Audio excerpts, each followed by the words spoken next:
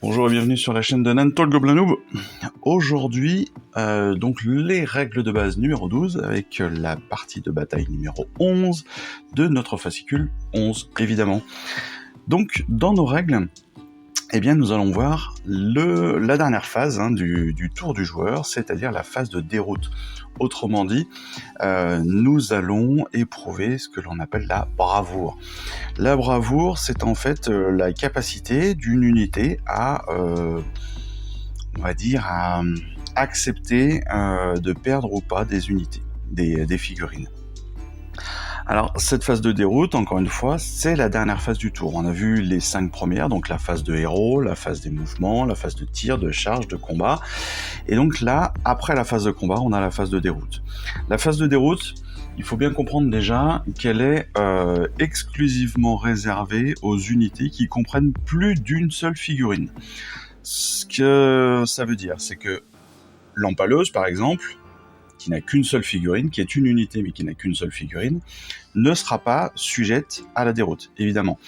Le seigneur impérator et son Griffdog, pareil. Le chaman, pareil. Le boss qui tue, pareil. Voilà, il faut vraiment qu'il y ait plusieurs figurines dans l'unité pour que on puisse avoir cette phase de déroute, tout simplement. Alors, la phase de déroute, elle va se gérer en fait avec un élément qui est sur notre charte d'unité, que l'on retrouve donc dans notre cercle d'informations en haut à gauche de nos chartes d'unité. Et cet élément, c'est évidemment la bravoure.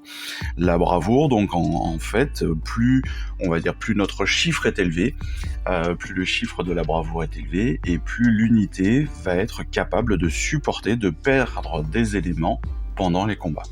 Voilà, je pense que très simplement, on peut le résumer comme ça. Alors, comment ça se passe ? Eh bien, en fait, à chaque fin de combat, on va réaliser ce que l'on appelle un test de déroute. À chaque phase de combat où on aura perdu des unités, on aura perdu des figurines, donc en l'occurrence, prenons cet exemple-là avec les éventreurs, on a notre unité d'éventreurs qui est là, qui comporte jusqu'à maintenant donc les 10 éléments, 2, 4, 6, 8, 10 éléments. Pendant la phase de combat, pendant la phase de tir et la phase de combat, cette unité perd 3 éventreurs. Ok, donc déjà, il va bien falloir penser à bien matérialiser les figurines que l'on va perdre pendant un tour. Ça va être très important, ça va être pour simplifier notre jeu, tout bêtement. Donc, moi je vous conseille, si vous les retirez du jeu, tout simplement de les retirer sur un endroit spécifique de la zone de jeu. Autrement dit, un petit peu comme sur Blue Ball, je crois qu'on a une prison ou une infirmerie. Voilà, c'est un peu la même idée. On va les mettre sur un endroit spécifique avant de les retirer définitivement du jeu. On va les déposer, par exemple, sur la droite de votre aire de jeu. Et puis une fois que le tour est terminé, eh bien vous les enlevez et vous les mettez en bas de votre aire de jeu. Voilà, ça peut être tout simplement ça. C'est pas très important. Le but du jeu, c'est de vraiment savoir combien est-ce que vous avez perdu de figurines pendant le tour. Donc là, dans l'exemple, on a trois figurines qui ont été retirées pendant le tour. Comment ça va se passer donc ? En fait, toutes les unités qui ont perdu des figurines vont faire un test de déroute au moment de la phase de déroute. Il faut savoir que, évidemment, pendant le tour des orques, les Stormcast peuvent aussi perdre des unités, et donc peuvent aussi avoir à faire une phase de déroute. Donc, on va commencer par le joueur à qui c'est le tour. Il va choisir une de ses unités, il va faire son test de déroute, puis le joueur adverse qui va choisir une de ses unités qui a perdu des figurines, qui va faire aussi sa phase de déroute, et ainsi de suite. On va passer comme ça d'unité en unité, jusqu'à ce qu'il n'y ait plus d'unité qui ait perdu des figurines pendant le tour d'un des joueurs. Ça, c'est le déroulement. Comment est-ce qu'on fait ce jet de déroute ? Eh bien, très simplement, on va lancer un dé. Un dé de 6. Donc on lance ce dé et on va rajouter le nombre de figurines qui ont été tuées à ce tour. Ici dans l'exemple, on lance un dé, on fait 4. On va rajouter les 3 unités qui ont été tuées pendant le tour. Donc on est à 4 plus 3, ce qui nous donne 7. Et on va le comparer à la bravoure de l'unité. En l'occurrence, chez les éventreurs, la bravoure est de 5. Ce qui veut dire que 7 est supérieur à 5, évidemment, mais surtout 7 moins 5, ça nous fait 2. Donc on a 2 figurines supplémentaires qui vont là aussi être éliminées du jeu, parce qu'en fait elles vont fuir, tout simplement. Ce qui est très important, parce que mine de rien, plus on va perdre de figurines dans le même tour, plus il va être compliqué de réaliser un jet de déroute, entre guillemets, positif pour nous. Voilà. Donc, le jet de déroute, mine de rien, va amener aussi une nouvelle étape dans notre combat qui va être très très importante, parce que derrière, c'est aussi toute la gestion de nos attaques qui va se faire aussi en fonction de ces jets de déroute, parce qu'évidemment, si vous perdez trop de figurines, les attaques seront moins bonnes, etc. etc. Voilà, très simplement, comment la phase de déroute se gère et se réalise. On va pouvoir passer maintenant, donc comme je le disais, à la partie test numéro 11, donc épreuve de courage. Allez, à tout de suite. Du jour, la partie test donc numéro 11, épreuve de courage. Les Cruel Boys donc ont placé une empaleuse sur une position défensive clé. Les éternels de l'orage seront-ils capables d'encaisser sa grêle de carreaux meurtriers? Donc aujourd'hui, eh bien, on vient de le voir, on vient de l'entendre. On va utiliser évidemment notre nouvelle empaleuse, mais pas seulement, car le déploiement s'est fait aussi avec donc nos égorgeurs, nos éventreurs, et côté Stormcast, le Praetor Primus, donc le lieutenant, le seigneur impératant et son Griffdog, et puis évidemment l'unité qui a fait tant de dégâts la dernière fois, les Mythoclastes de Xandir. Donc la partie se joue comme d'habitude en 5 tours, donc on a notre dé de référence qui sera ici, 5 tours, celui qui tue l'ensemble des figurines de l'autre à gagner, ou bien s'il arrive à les faire sortir du terrain, en gros les faire fuir jusqu'à sortir du terrain, gagne aussi. Tout simplement. Aujourd'hui donc ce sont les Oruks qui vont démarrer la partie, donc évidemment on démarre sur une phase de héros. La phase de héros, tout simplement nous n'en avons pas côté Oruk, alors que nous en avons logiquement au niveau du seigneur impératant, si je ne me trompe pas. Est-ce qu'il est considéré aujourd'hui comme un héros? Ce n'est même pas dit. En fait, techniquement, aujourd'hui, on ne va pas utiliser la phase de héros, j'ai l'impression. Si, quand même. Avec la magie. Donc ce sera plus...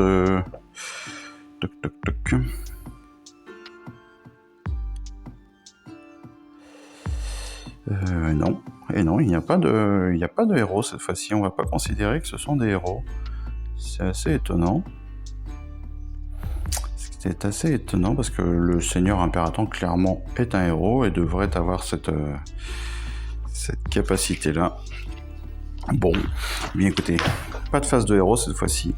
Donc, on débute par les Cruel Boys, comme on l'a dit, avec la phase de mouvement, évidemment, donc on va avoir 2 possibilités de mouvement, bien sûr nos éventreurs et nos Obgrottes. On n'oublie pas que sur les égorgeurs Obgrottes, nous avons donc un tambour. Le tambour a une capacité, c'est un musicien qui a une aptitude particulière. Cette figurine de cette unité peut être tapageur. Cette unité donc peut courir et quand même tirer au même tour si elle inclut un tapageur.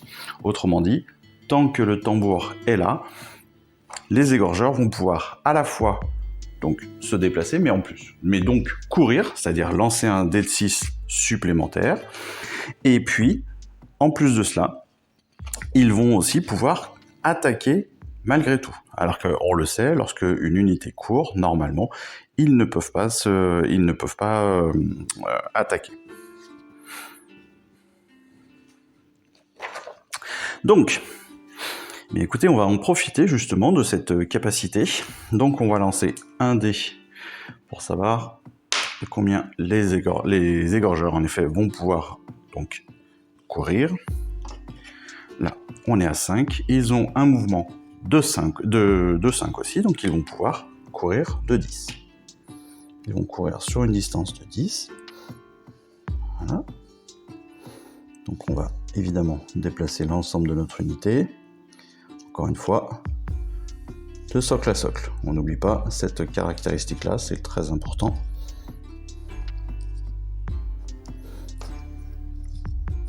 Je les remets en gros dans la même forme que tout à l'heure. Les éventreurs, eux, vont pas courir, simplement se déplacer. Donc on va arriver ici. On va profiter, on est justement, il faut qu'on soit à plus de 3 pouces. Donc on va, hop là, voilà. Les éventreurs se déplacent vers le seigneur impératant, son Grave Dog, tout en gardant donc habituellement la distance de 3 pouces. Au-delà de 3 pouces, on est un petit peu juste, donc on va les reculer. Voilà, là on est mieux. Voilà, très bien. Donc, la phase de mouvement pour les Oruks est terminée, évidemment. On va passer sur la phase de tir. La phase de tir, eh bien, nous avons, on le sait, nos Oggrottes, donc nos égorgeurs qui ont des grenades sulfuriques avec une portée de 8. Portée de 8, donc on sait qu'ils vont pouvoir attaquer le Praetor Primus, mais pas seulement, techniquement, ils vont aussi pouvoir attaquer les mythoclastes de Xandir.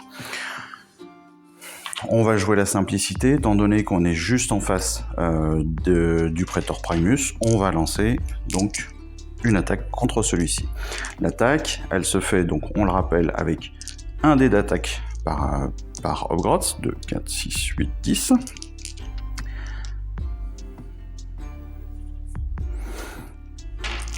Alors, même s'il y a un champion, rappelons-le, il y a un champion dans cette unité, même s'il y a un champion, ce champion n'a une attaque supplémentaire que sur son couteau, et non pas sur ses grenades. Donc on va bien faire un lancer de 10 dés, de 4, 6, 8, 10. Donc 10 dés qui touchent à 4, blessent à 4. Donc touche à 4. On a... Clac, clac, clac, clac. Voilà, on a 6 dés qui touchent. On va blesser... Donc à 3, pardon, j'ai dit 4. Elle blesse à 3, donc on a 3 blessures potentielles. 3 blessures potentielles. Le Praetor Primus va tenter de sauvegarder ces attaques. Donc, Praetor Primus, il a une sauvegarde de 3+. Donc on sait là qu'il est déjà touché. Pour ces deux autres, il est tout juste sauvegardé, car, on le sait, il y a une perforation de -1 sur les grenades. Autrement dit, on a une blessure. On va la représenter tout de suite sur le Praetor. La phase de tir est terminée. Hein. Alors, non pas terminée, pardon. On a évidemment l'empaleuse. L'empaleuse, elle a une attaque de 24 pouces. Donc 24 pouces, on vérifie. Évidemment, on va être juste à distance de tir sur les mythoclastes. Donc on va en profiter. Une attaque qui touche à 2 et blesse à 3. Touche à 2, parfait. Blesse à 3+. L'attaque ne blesse pas. Malheureusement, il y a un coefficient de perforation de -2 sur le tir de l'empaleuse, donc c'est très important. Et elle fait 4 dégâts. Là aussi, ça pourrait être intéressant. Malgré tout, donc la phase de tir est terminée. On passe sur la phase de charge. Phase de charge, on le sait, nos éventreurs vont être à disposition vont être à distance, hein, clairement, de charge. Donc, ils vont charger. Je dirais que là, on n'a même pas besoin de le faire parce qu'on sait qu'on est à 3 pouces. Donc, la phase de charge va se faire, évidemment. Elle va réussir. Et donc, on va être sur la phase de combat. On le sait, sur la phase de combat, on a un mouvement supplémentaire pour se mettre en position de combat. Donc, ce mouvement complémentaire va nous permettre donc d'être à proximité immédiate de du Seigneur Impératant. Vous voyez que, hop, ils en profitent, ils se mettent de partout. Cette fois-ci, donc, ils sont 10. Mais nous avons la spécificité. Rappelons-le que là aussi, chez les éventreurs, nous avons le champion qui a une attaque supplémentaire. Deuxième intérêt aussi pour les éventreurs, n'oublions pas qu'ils ont des armes croûtées de venin, ce qui veut dire que si on fait 6 à la touche, blessure mortelle. Donc, pas de blessure, pas de jet de blessure, pas de jet de sauvegarde, la blessure est automatique. Donc là, nous prenons 21 dés, car il y a 2 attaques par éventreur, plus donc 3, dont 3, enfin plus 3 pour le champion. 2, 4, 6, 8, 10, 12, 14, 16, 18, 20, 21. On est bon. Donc on rappelle, 6, blessure mortelle. Sinon, touche à 4, blesse à 4. Alors, on a déjà 3, 6, donc on a déjà 3 blessures mortelles. Ensuite, touche à 4.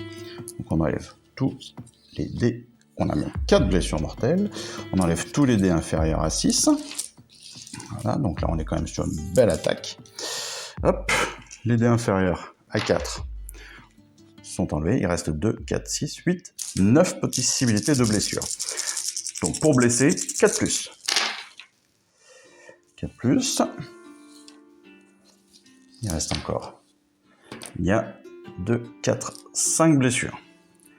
5 blessures, sans compter évidemment les touches mortelles. Donc 5 blessures. On rappelle que le Seigneur Impératant, lui, sauvegarde à 3+. Et il n'y a pas de modificateur de perforation. Donc il sauvegarde à 3+.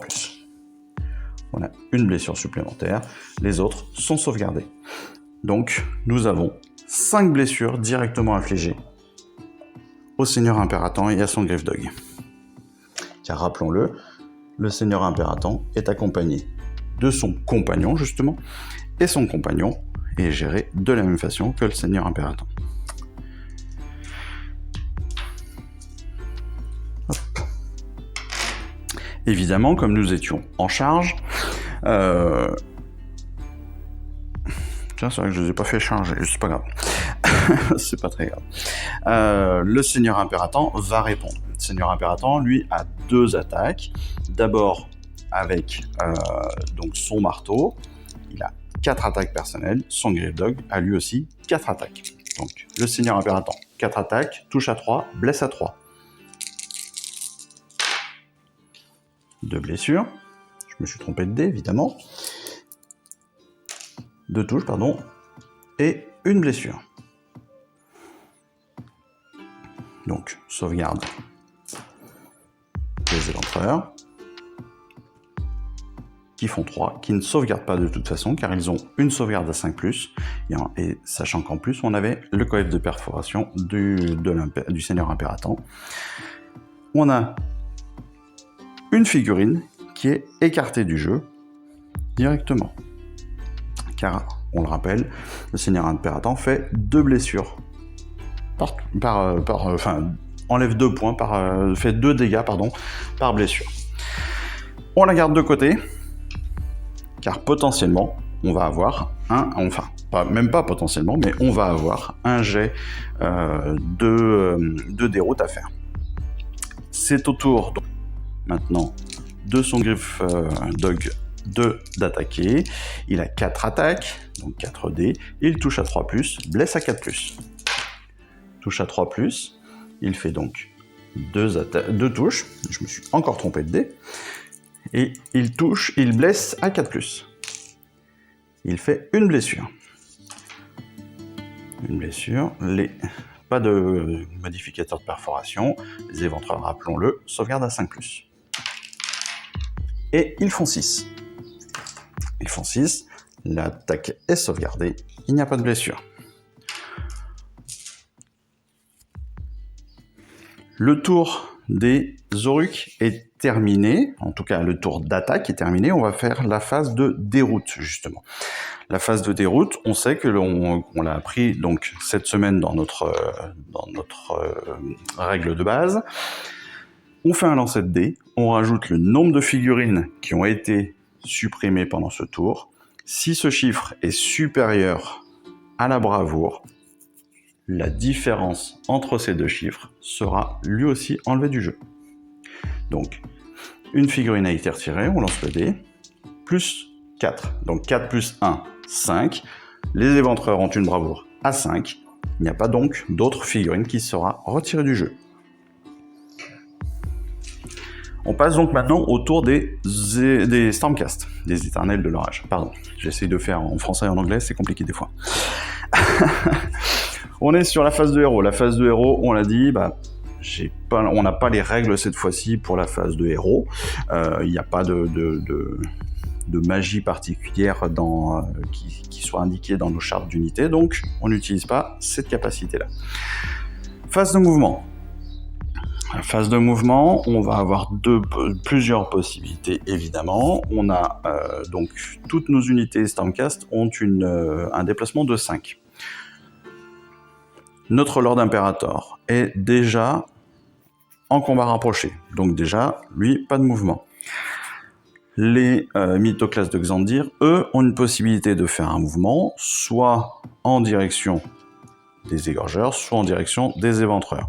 Ils sont à distance, sans aucun souci, des deux, que ce soit pour le combat ou derrière pour la charge surtout.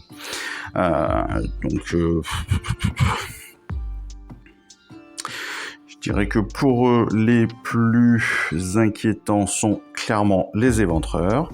Donc ils vont se déplacer en direction des éventreurs, mais doivent rester donc à 3 pouces du plus proche.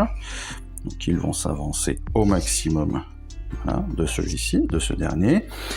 Le Praetor Primus, lui, va évidemment s'approcher des Ogrots. Il est déjà à 3 pouces d'écart, donc on le déplace que très peu. Et donc on passe à la phase de charge. Phase de charge, bon là on est à 3 pouces de chaque côté. Je dirais qu'il n'y a pas besoin de la faire parce qu'on sait qu'elle va être réussie de toute façon parce qu'on a dans tous les cas notre mouvement de rapprochement sur la phase de combat. Notre Pilin, comme on dit. Donc, Pilin, hop, rapprochement de toutes nos unités. Elles passent toutes, en combat rapproché. J'ai pas pensé à la phase de tir, c'est bien dommage. C'est même trop tard d'ailleurs maintenant, hein, parce qu'on avait quand même l'arc qui aurait pu tirer à 24 pouces, donc techniquement qui aurait pu tirer sur l'empaleuse, et le sceptre Fulgurivoque aussi du Lord Imperator qui aurait pu tirer sur les éventreurs. Je l'ai complètement oublié, donc tant pis pour moi. On passe directement à la phase de combat. Phase de combat, on va commencer par, je pense, les mythoclastes de Xandir qui vont attaquer donc directement les éventreurs. La première attaque, c'est Xandir justement, avec son spell, qui normalement touche à 3 et blesse à 3. Je me suis encore trompé de dé, évidemment, donc il y a une touche et une blessure. Sauvegarde. Modificateur de sauvegarde de -1. Les éventreurs ont une sauvegarde à 5+, donc ils doivent faire 6 pour sauvegarder. Sinon, ils prendront 2 blessures dans la tête. Ils font 4, 2 blessures. On a donc un nouvel éventreur qui est retiré du jeu. Deuxième attaque, le marteau. Le marteau qui lui a 3 dés, touche à 3, blesse à 3. Il touche à 3 et blesse à 3, donc il a une touche de fait. Il blesse à 3, 2 blessures. Étant donné qu'il a un coefficient de perforation de -3, on sait directement qu'il va toucher, car il n'y a pas possibilité de faire une sauvegarde de 8 sur un dé de 6, évidemment. Donc, ça va provoquer 4 blessures. 4 blessures, c'est 2 nouvelles figurines qui sont retirées. Cette fois-ci, donc, c'est l'archère qui va attaquer. Elle a 2 dés d'attaque. Touche à 3, blesse à 4. Elle touche 2 fois.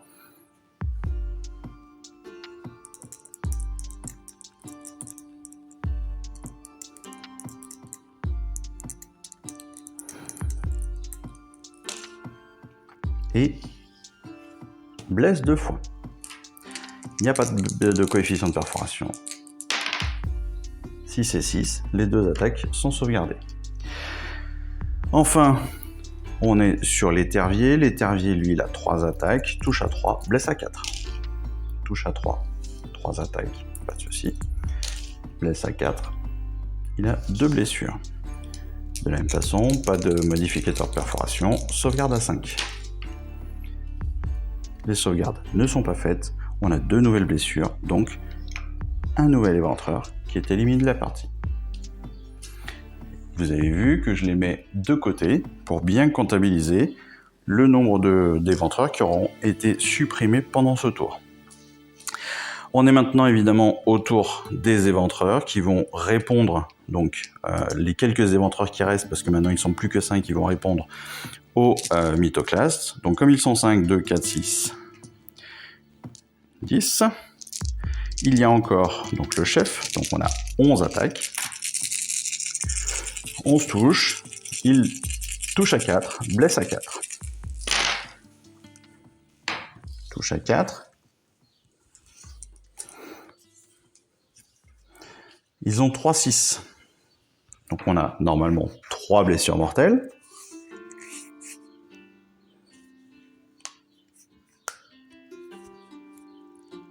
Je vérifie quand même parce que j'ai un petit doute, est-ce que c'est pas que dans leur tour que les blessures mortelles ne fonctionnent, mais apparemment il n'y a pas de, j'ai pas d'indication là-dessus. Donc on a 3 blessures mortelles déjà. Il blesse à 4. On a 2 nouvelles blessures. Sauvegarde des mythoclastes à 3+. Donc on a une sauvegarde qui a été faite, et donc une blessure supplémentaire. Donc on a 4 blessures à indiquer sur les mythoclastes. Si j'y arrive à les attraper.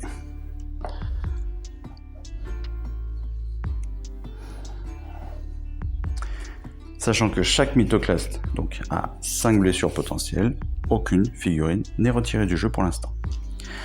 Le Seigneur Impératant va pouvoir aussi attaquer. Il a donc, lui, on le rappelle, 4 dés d'attaque. Il touche à 3, blesse à 3. Touche à 3, donc il a 3 touches. Blesse à 3. Il a une blessure. Il a un coefficient de perforation de -1. Sauvegarde 5+ pour les éventreurs. Il faut faire un 6. Le 6 est fait. Il n'y a pas de blessure de fait, de données. Le Griffdog a 4 attaques. Touche à 3, blesse à 4. Touche à 3. Il a 2 touches. Blesse à 4. Une blessure. Pas de modificateur de perforation, il faut faire un 5+. 2. Il y a une blessure sur un des éventreurs. Là, je me pose une nouvelle question, sachant que les éventreurs ont déjà riposté contre les mythoclastes. Est-ce qu'ils ont le droit, est-ce qu'ils répondent aussi au Seigneur Impératant? N'étant pas sûr de moi, je vais le faire quand même. Voilà, parce que comme ça, j'invente des choses. 2, 4, 6, 7, 8, 11. Ils sont toujours donc 5 plus, dont le champion, donc ils ont 11 attaques. Les 6, évidemment, sont des blessures mortelles. On a 2 6. Et on n'a même pas besoin d'aller plus loin, car le Seigneur Impératant a 7 points de vie. Avec 2 6, on a 2 blessures mortelles supplémentaires, ce qui va nous amener à 7 points de vie. Le Seigneur Impératant est retiré du jeu. Alors lui, on peut le mettre de côté complètement, car on le rappelle, les unités, les unités avec une seule figurine ou une figurine et son compagnon ne feront pas de jet de déroute. Ensuite, le Praetor Primus va attaquer. Praetor Primus, donc lui, il a 3 dés d'attaque, touche à 3, blesse à 3, un coef de -1. Donc, 3 attaques, touche à 3, il a 2 touches, blesse à 3, il ne fait pas de blessure. Les Hobgoths vont eux répondre, ils sont 2, 4, 6, 8, 10, ils sont 10. On sait qu'ils ont un champion, donc ils vont avoir une attaque supplémentaire. Sachant qu'ils ont 2 dés d'attaque, on va être à 21 dés. Par contre, il touche et blesse à 5. Hop. Touche à 4, on enlève tout ce qui est en dessous de 4, évidemment. Voilà. Donc on a 2, 4, 6, 7 touches. Il blesse à 5+, on l'a dit. Là, on a une blessure. Sauvegarde du Prétor à 3+. Il fait 4. La blessure est sauvegardée. Pas de souci. Le tour des Stormcast s'arrête là, mais nous avons quand même une phase de déroute à faire, parce que nos éventreurs ont perdu lors de ce tour 4 figurines. Donc on lance un dé pour les éventreurs, ils font 1, nous rajoutons les 4 figurines, donc 1 plus 4, nous sommes bien à 5, les éventreurs ont une bravoure de 5, il n'y a pas de nouvelle figurine qui sera retirée du jeu. C'est tant mieux pour eux, parce que là ça aurait été compliqué.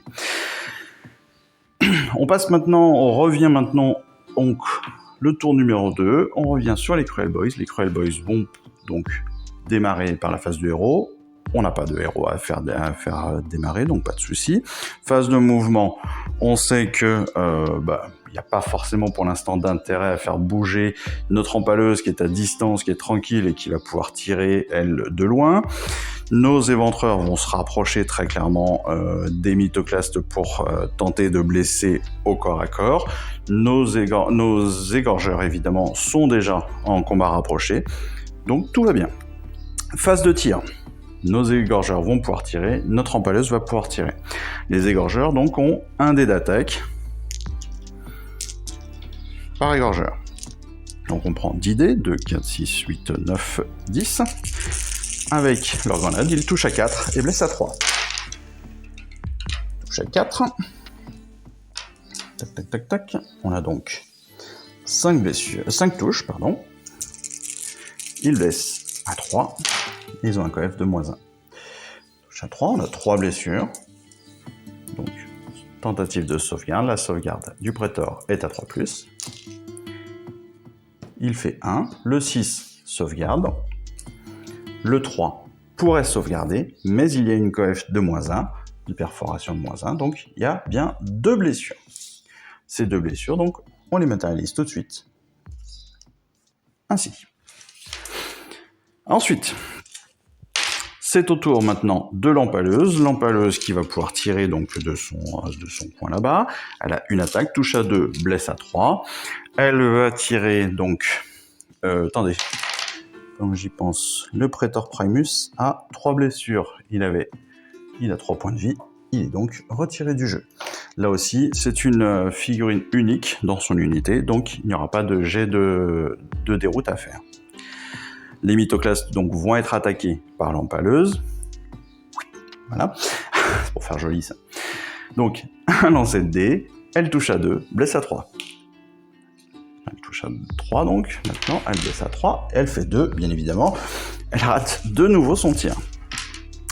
La phase de tir est terminée, on passe donc maintenant à la phase de charge. La phase de charge, on a donc évidemment nos éventreurs qui vont se rapprocher, on le sait, enfin là on est sur la phase de charge et la phase de combat en même temps, mais c'est pas grave, tant pis. La phase de charge peut être faite aussi par nos égorgeurs, donc ce que l'on va faire, c'est qu'on va lancer 2 dés. On va déterminer s'ils peuvent ou pas se rapprocher. Ils vont faire 8 pouces, potentiellement. On sait qu'ils vont pouvoir le faire sans aucun souci. On va accélérer en passant directement à la phase de combat, rajoutant les 3 pouces de mouvement supplémentaires qu'ils peuvent faire pour se mettre en combat rapproché. Ce sera plus simple. Là, on a les points de blessure, les 4 points de blessure qui sont sur un des mythoclastes. Voilà. On a... C'est quoi celui-là? C'est exempt de dire.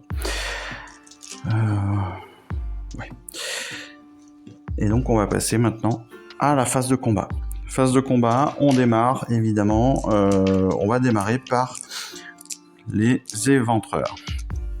Donc, les éventreurs, ils ont 11 dés, 2, 4, 6, 8, 10... et 11 dés parce qu'ils ont encore leur champion. Donc les éventreurs touchent à 4, blessent à 4. Et n'oublions pas, 6 blessures mortelles. Alors cette fois-ci, il n'y a pas de blessure mortelle. Ils ont, hop, toc, toc, toc, toc, 3 blessures, 3 touches. 3 touches. Ils blessent à 4. Donc ils ont 2 blessures potentielles. Sauvegarde des mythoclastes à 3+. Ils font 2, 4. De sauvegarde, pas de souci. Ils vont répondre maintenant sur les éventreurs. Donc, Zandir a 5 attaques, donc on prend 5 dés, elle touche à 3+, et blesse à 3+. Hop, 2 touches, une blessure. Sauvegarde des éventreurs. Qui tombe par terre, tant pis. Sauvegarde des éventreurs, donc 4. Sauvegarde à plus 5, donc blessure. La blessure est de 2 dégâts, donc on a une nouvelle figurine des éventreurs qui est retirée du jeu. Attaque suivante, c'est le grand marteau qui va attaquer maintenant avec 3 dés. Il touche à 3, blesse à 3. Touche à 3, on a une touche. Il n'y a pas de blessure. Ensuite, l'arc. L'arc, elle a 2 dés, touche à 3, blesse à 4. Touche à 3, c'est bon. Blesse à 4, 2 blessures. Tentative de sauvegarde des éventreurs sur... Voilà, on a une sauvegarde. Une sauvegarde, ce qui veut dire donc une blessure. On avait un éventreur qui avait déjà une blessure, il est lui aussi retiré du jeu. Décidément, j'arrête pas d'envoyer les dés en dehors du jeu. L'étervier, lui, va attaquer aussi, donc il a 3 dés d'attaque, 3 dés d'attaque, 3 pour toucher, 4 pour blesser. 3, il touche 2 fois, 4 plus pour blesser. Il fait une blessure. Sauvegarde. La sauvegarde ne passe pas. On a une blessure supplémentaire sur un éventreur. Les éventreurs vont répondre, ils sont plus que 4. Donc on a 9 dés. 4, 6, 8 et 9 dés. Non, ils sont plus que 3. 1, 2, 3. Pardon, ils sont plus que 3. Donc on a 7 dés parce qu'on a toujours notre champion. Rappelons qu'il touche à 4. Blesse à 4. Touche à 4. Tac. Il n'y a pas de blessure mortelle. Blesse à 4. 3 blessures. Sauvegarde à 3+. On a une blessure. Cette blessure donc amène notre total de blessures à 5 blessures. Donc, on a un mythoclaste qui va être retiré du jeu. La question est lequel ? Lequel Rappelons que si on retire l'archère, l'étervier est éliminé elle aussi, lui aussi, car c'est son compagnon. Xandir avec son spat, lui a 5, elle a 5 dés, ou lui je ne sais plus, a 5 dés d'attaque. Par contre, le grand marteau a un coef de perforation de -3 qui empêche toute possibilité de sauvegarde pour les éventreurs comme pour les Obgoths.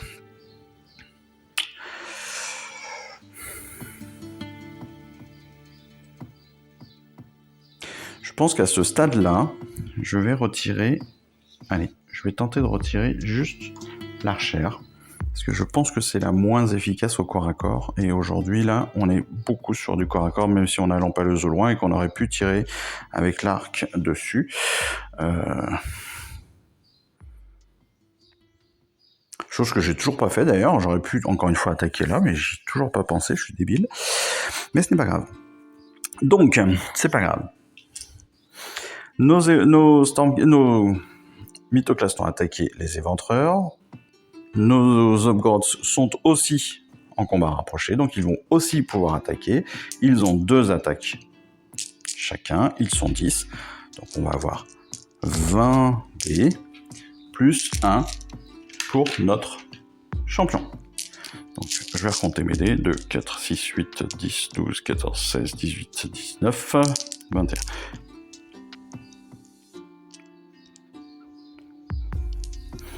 Voilà. 21 dés. Donc il touche à 4. Clac, clac, clac, clac, clac, clac, clac, clac, clac, clac, ça sort, ça sort, ça sort, ça c'était bon, ça c'est bon, ça c'est bon, ça c'est bon. Hop. Touche à 4 et blesse à 5. 5 plus, hein, bien évidemment, quand je dis 5, vous aurez bien compris. Hop, touche à 5, ça ne touche pas, ça touche, ça touche, ça touche, ça touche, ça touche pas. Ça touche pas. On a donc 5 blessures. 5 blessures. Sauvegarde 3+, pour les mythoclastes. Et là, on a 2 sauvegardes. 2 sauvegardes, ce qui veut dire 3 blessures qui vont être portées. Non, qu'est-ce que j'ai dit? Non. On a une blessure, pardon. Je sais pas lire. Nous avons une blessure. Voilà, nous avons mis donc sur un des personnages les mythoclastes. Les mythoclastes, eux, vont répondre. Ils ne sont plus que 2, évidemment. Donc, nous allons dire qu'il y a 5 attaques contre les Upgrots. Rappelons que si elle touche, si elle blesse, il n'y aura pas de sauvegarde possible car les Upgrots, les égorgeurs, ont un 6+ en sauvegarde et qu'elle a un coef de perfo de -1. Donc 5D, touche à 3, blesse à 3. On a 3 touches. 2 blessures. Pas de possibilité de sauvegarde. 2 blessures, ça veut dire 2 personnages de retirés. Le marteau a 3 attaques. Il touche à 3, blesse à 3.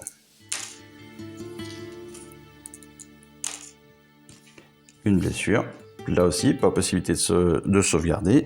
2 blessures donc posées. 2 figurines de nouveau retirées du jeu. Le tour des Stormcast est terminé. Nous avons donc des jets de déroute à faire. L'unité des mythoclastes de Xandir a perdu un élément. Ils ont une bravoure de 8. Donc, techniquement, ils vont réussir leur test. Pourquoi? Si je lance un dé, je vais faire 6. Si je rajoute 1 pour l'arc, l'archère, qui a été éliminé, nous allons faire un maximum de 7. La bravoure des mythoclastes étant de 8, le test sera forcément réussi. Je n'ai même pas besoin de lancer. A l'inverse, les éventreurs. Les éventreurs ont une bravoure de 5. Ils ont perdu 2 unités, donc 6 plus 2, ça peut monter jusqu'à 8. Avec une bravoure de 5, ça peut être mortel pour l'unité. Ils font 3, plus les 2 unités, les 2 figurines qui ont été retirées, ça nous fait 5. On est bien au niveau de la bravoure, tout va bien. Les Upgrots, eux, ont perdu 4 personnages, 4 figurines. Ils ont une bravoure de 4. Donc je lance le dé. Je fais 3. 3 plus 4, on est à 7. La différence entre leur bravoure et 7, c'est bien 3. On a 3 autres personnages qui sont éliminés. En fait, 3 personnages qui sont éliminés parce qu'ils ont fui carrément le terrain de bataille. On est donc là maintenant, voilà, on profite encore des largesses des règles pour rapprocher tout ça. On a donc maintenant 2 mythoclastes qui se battent contre 3 Upgrots et 3 éventreurs. On passe au tour numéro 3 des Oruks. Le tour numéro 3 débute évidemment par la phase de héros. Nous n'avons pas de héros, on passe. Phase de mouvement. Forcément besoin de faire une phase de mouvement, même si, pour simplifier les choses, on va rapprocher l'empaleuse de ses 5 pouces de déplacement. Ça n'a pas grand intérêt, mais ce n'est pas grave. Phase de tir. Nous avons l'empaleuse et nos 3 Upgrots qui peuvent tirer. Donc, les 3 Upgrots vont commencer, ils ont une attaque. Ils touchent à 4, blesse à 3. Perforation, -1. Superbe. Il y a une touche. Blesse à 3. Et il ne touche pas. Il ne blesse pas. L'empaleuse a une attaque. 5, elle touche à 2, blesse à 3. Elle fait 2, elle n'a toujours pas touché une figurine depuis le début de la partie.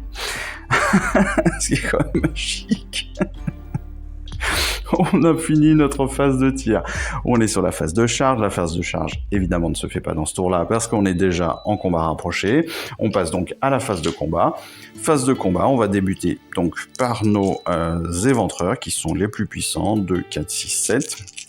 7 dés car ils sont 3, dont le champion. Ils touchent à 4 et blessent à 4, bien sûr. Et s'ils font 6, il n'y a pas de 6. Hop. Donc on a 3 touches, blesse à 4. Et 2 blessures. Sauvegarde à 3+, pas de souci, tout est sauvegardé. Les mythoclastes vont répondre à cette première attaque. Donc Xandir, elle touche à 3. On a 2 touches, blesse à 3, une blessure, perforation de 2-1, il faut donc un 6 aux éventreurs pour sauvegarder. Ils font 4, 2 blessures, un nouveau personnage est retiré. Le marteau, 3 attaques, 3+, 3+. 3+, je me suis encore trompé de dé, ce n'est pas grave, 2 touches, 3+, 2 blessures. 2 blessures certaines. Pourquoi? Parce qu'on a une perforation de -3, -3 avec le 5+ de sauvegarde des éventreurs, c'est impossible sur un dé de 6. On a donc 4 touches supplémentaires, c'est-à-dire que tous les éventreurs sont retirés du jeu cette fois-ci. Pourquoi? Parce que tout simplement le marteau fait 2 dégâts. Avec 2 blessures, on a donc 4 dégâts. Il restait 2 figurines. Vous avez compris. On passe maintenant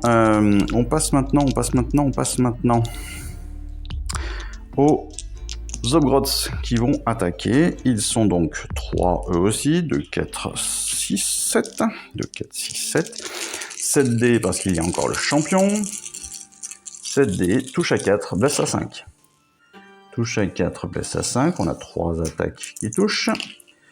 Et pas de blessure. Superbe. Les éventreurs, les mythoclastes répondent. 5 attaques pour grandir. Touche à 3. Blesse à 3. 3 touches. 3 touches, 3 blessures. Pas de possibilité de sauvegarde. Pourquoi? Parce qu'elle a une perforation de -1 et les égorgeurs ont une sauvegarde de 6+. Donc, on a 3 fois 2 dégâts, soit 6 blessures, ce qui veut dire que tous nos égorgeurs sont aussi retirés du jeu. On est à la fin du tour des Zoruks. C'est le début du tour donc des éternels, des Stormcast.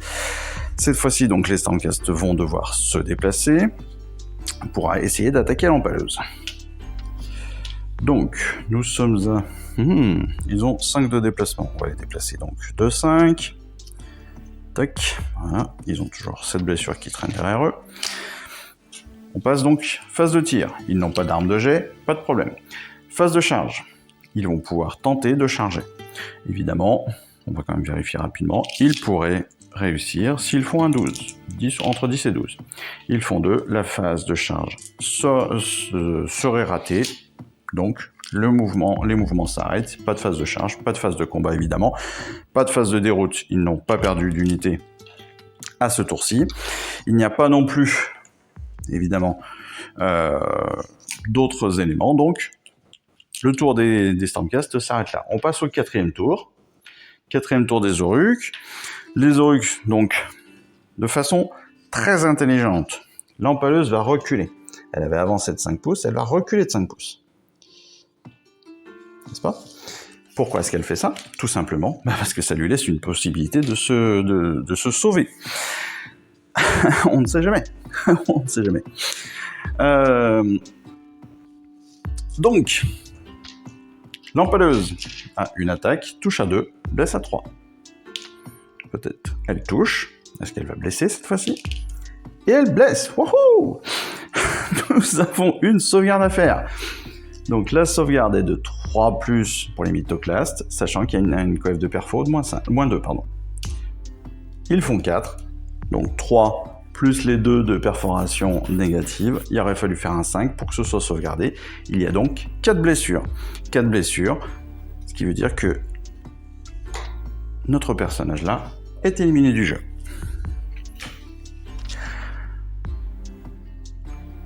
Pas de phase de combat, évidemment, pas de phase de charge, évidemment, pas de phase de combat, pas de phase de déroute non plus pour les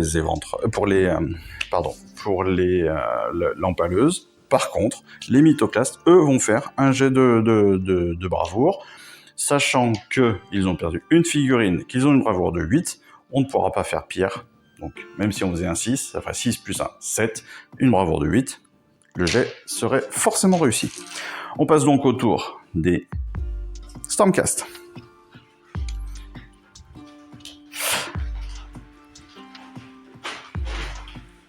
Donc, mouvement de 5, hop. Mouvement de 5 pour notre grand marteau. On passe donc à la phase de charge parce qu'il n'a pas de tir. Phase de charge, on rappelle qu'il peut faire 2 lancers de dés. Hop, bon, il fait 2. La phase de charge sera ratée. Son mouvement s'arrête là. Il n'y a pas de phase de combat évidemment parce qu'il n'est pas en combat rapproché. Donc on passe au dernier tour, le tour numéro 5. Tac. Tour numéro 5 des Auruks. Là encore, ils vont reculer de quelques pas. En fait, ils vont se mettre à la limite de notre terrain de jeu. L'empaleuse va pouvoir faire sa phase de tir. Elle a donc un dé. Elle touche à 3. Elle touche à 2, pardon. Et blesse à 3. Et donc elle blesse. Sauvegarde à 3+, avec un moins 2 de perfo. On a une blessure. La blessure va amener 4 dégâts. On dispose bien nos jetons de blessure à côté de notre figurine. La phase de combat s'arrête là. La phase de tir s'arrête là, évidemment. Phase de charge, elle n'est pas prévue pour l'empaleuse. La phase de combat n'est pas prévue, évidemment, parce que les lignes ne sont pas en combat rapproché. Pas de phase de déroute non plus, parce que c'est une figurine unique. On tombe donc sur le 5e tour des Stormcast. 5e tour des Stormcast, il va tenter une dernière fois d'aller attaquer. Donc, phase de mouvement de 5. Il tente donc une phase de charge. 7 pouces. Est-ce qu'on serait pas mal? Eh bien non, même pas.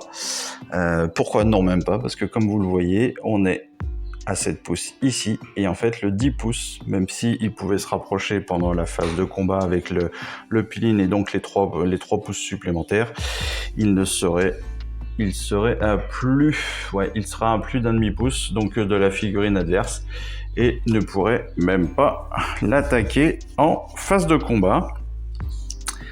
C'est donc très bien joué par l'empaleuse, qui permet donc aux Auruks de finir la partie en égalité, parce qu'il nous reste donc une figurine de chaque côté. J'espère que cette petite partie vous aura plu. Et j'espère surtout que ma femme, qui vient de débarquer avec son gâteau et sa glace en faisant semblant de ne pas faire de bruit, aura aussi apprécié cette petite partie. En tout cas, j'espère que vous aurez bien compris surtout la phase de déroute. On rappelle, un lancer de dés, on rajoute le nombre de figurines qui ont été éliminées pendant ce tour, pendant la totalité du tour, que ce soit donc pendant la phase de tir ou pendant la phase de combat, et